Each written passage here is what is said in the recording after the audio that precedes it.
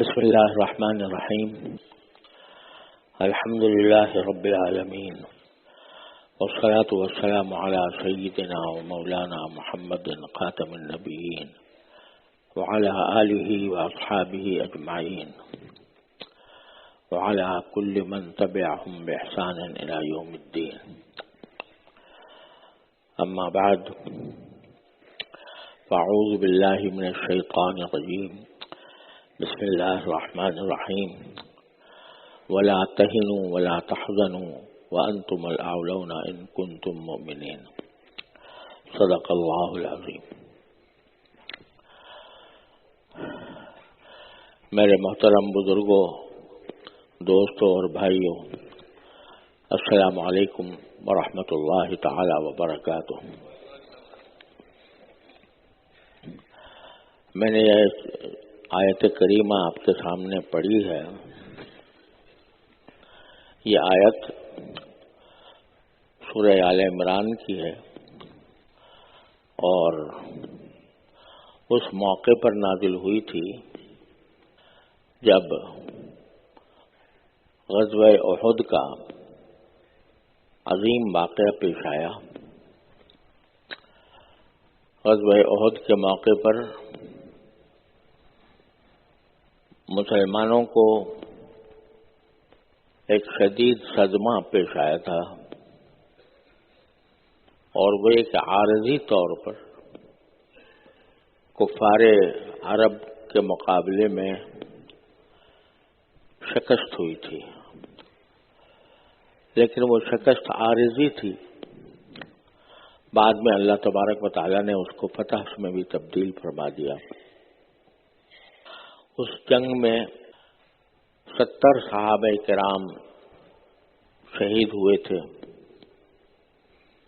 خود رسول کریم سرور دو عالم صلی اللہ علیہ وسلم کو زخم لگے تھے۔ آپ کا چہرہ مبارک خون سے آلودہ ہوا تھا، اور آپ کا دندان مبارک شہید ہوا تھا۔ یہاں تک کہ یہ غلط خبر پھیل گئی تھی کہ معاذ اللہ نبی کریم صلی اللہ علیہ وسلم کو شہید کر دیا گیا۔ اس وقت چونکہ 70 صحابہ کرام شہید ہوئے تھے، اور 70 صحابہ کرام میں سے ہر ایک ایسا تھا کہ جو ایک مستقل کائنات تھا، صبر کی، استقامت کی، ایمان باللہ کی، تو ان کا شہید ہو جانا کوئی معمولی واقعہ نہیں تھا۔ اس لیے مسلمانوں کے دل غموں سے چور تھے، اور ان کے اندر، ان میں سے بعض حضرات میں دل شکستگی کے آثار نمودار ہو رہے تھے۔ تو اللہ تبارک و تعالی نے اس صورتحال پر تبصرہ کرنے کے لیے اور اس میں جو رنج و غم پیش آیا اس کے اسباب بیان کرنے کے لیے، اور پھر مسلمانوں کو تسلی دینے کے لیے سورہ آل عمران میں تقریباً 3 رکوع نازل فرمائے۔ یہ آیت کریمہ جو میں نے آپ کے سامنے پڑھی ہے، یہ بھی انہی 3 رکوعوں میں شامل ہے۔ اس کا ترجمہ یہ ہے کہ اللہ تبارک و تعالیٰ تمام مسلمانوں سے خطاب کر کے فرما رہے ہیں کہ وَلَا تَهِنُوا وَلَا تَحْزَنُوا، تم سست نہ پڑو، کمزور نہ پڑو، اور غم نہ کرو۔ اور پھر آگے ایک وعدہ فرما رہے ہیں کہ وَأَنْتُمُ الْأَعْلَوْنَ إِن كُنتُم مُؤْمِنِينَ، سربلند تم ہی رہو گے، تم ہی سربلند رہو گے اگر تم باقی مومن ہو، صاحب ایمان ہو، تو سربلندی تمہارا مقدر ہے۔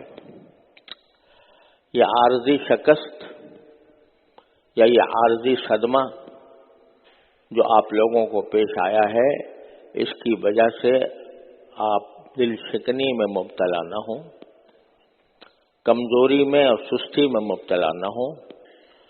اگر آپ نے اس جنگ سے کوئی سبق لیا، جس کی تفصیل سورہ آل عمران میں اللہ تعالیٰ نے بیان فرمائی ہے، اور ایمان پر ثابت قدم رہے، تو بالآخر سربلندی آپ ہی کے مقدر میں ہوگی۔ یہ تسلی کے کلمات اللہ تبارک و تعالیٰ نے صحابہ کرام کے لیے نازل فرمائے، اور قرآن کریم وہ صرف صحابہ کرام سے مخاطب نہیں ہوتا، کیونکہ قرآن کریم قیامت تک آنے والے تمام انسانوں کے لیے ہدایت کا پیغام ہے۔ اس لیے اس کی کوئی آیت بھی ایسی نہیں ہے کہ جو ہمارے لیے قیامت تک ایک رہنمائی فراہم نہ کرتی ہو، کیونکہ اللہ تبارک و تعالیٰ نے یہ دین جو نبی کریم سرورت عالم صلی اللہ علیہ وسلم کے ذریعے ہم تک بھیجا، یہ قیامت تک قائم رہے گا انشاءاللہ۔ لہذا ہر دور کے مسلمانوں کے لیے اس کی ہر آیت میں ایک عظیم سبق ہوتا ہے۔ تو یہ آیت میں نے اس لیے پڑھی اور اس کا ترجمہ میں نے اس لیے پیش کیا کہ آج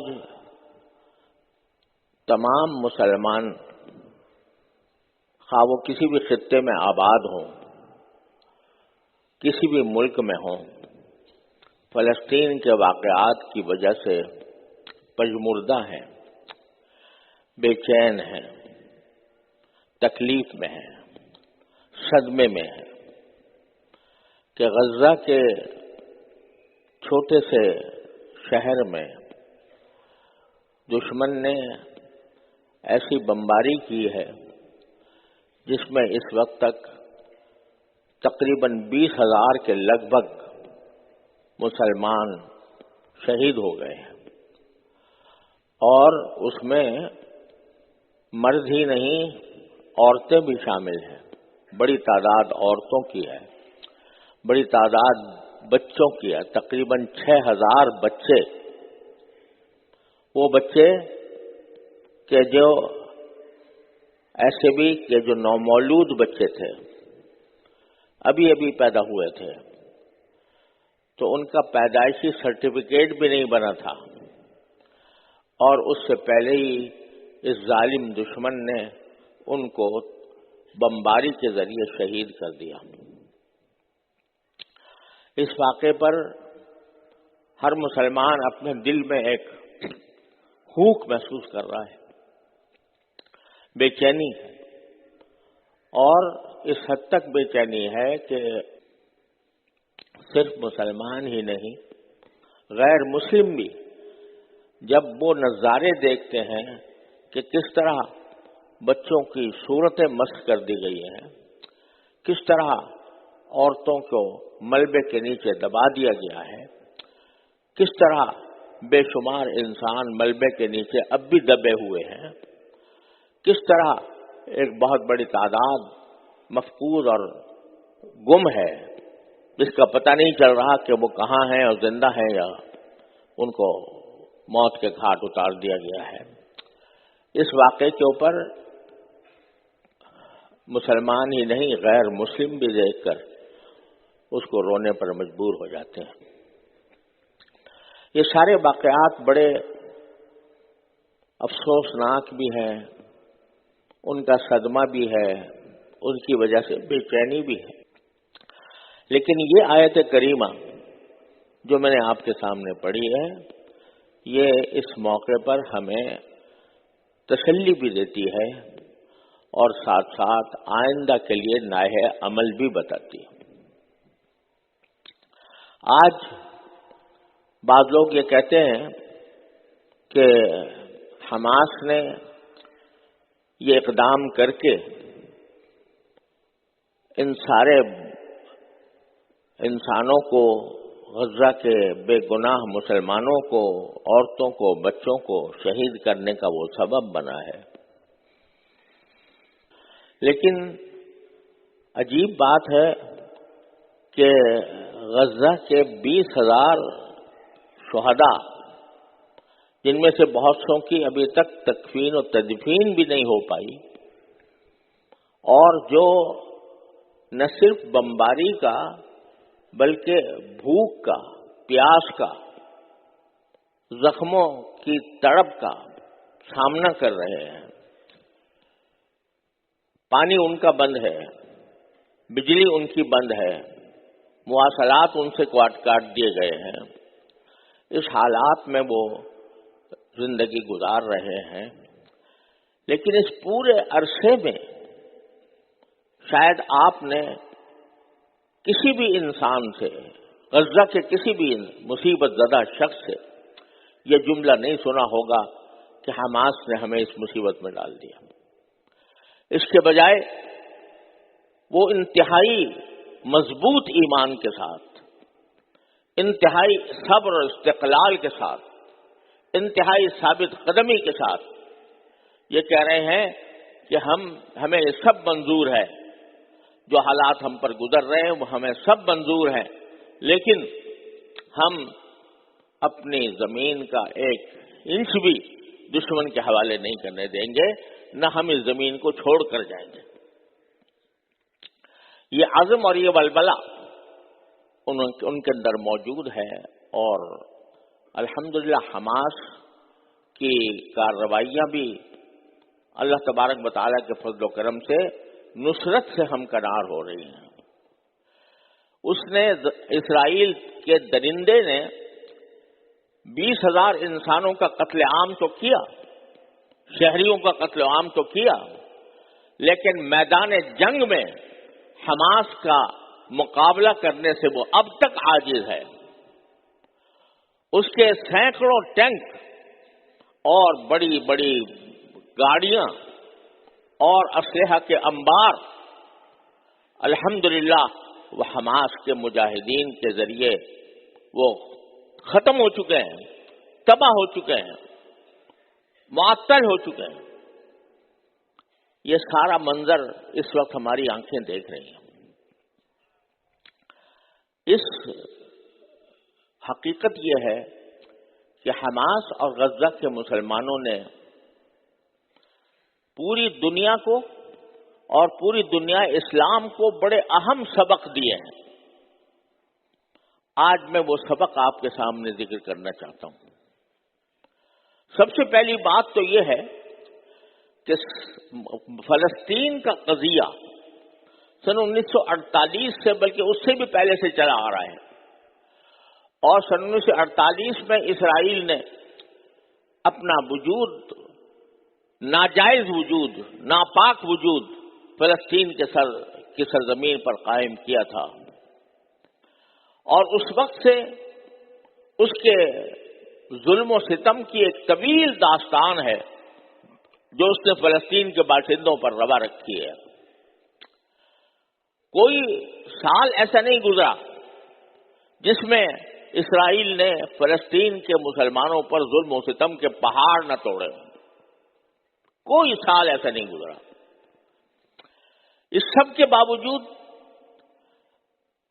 دنیا یہ کہتی تھی اور کہتی ہے کہ اس مسئلے کا پرامن حل تلاش کیا جائے، پرامن حل تلاش کیا جائے۔ پرامن حل مذاکرات کی میزوں پر، اقوام متحدہ میں، سلامتی کونسل میں، عرب لیگ کے ذریعے آپس میں بیٹھ کر اس کا مسئلہ حل کیا جائے۔ اس کے لیے بے شمار نشستیں ہوئی ہیں، بے شمار معاہدے ہوئے ہیں، بے شمار مذاکرات ہوئے ہیں، لیکن یہ مذاکرات اور یہ معاہدے اور یہ بات چیت انجام کام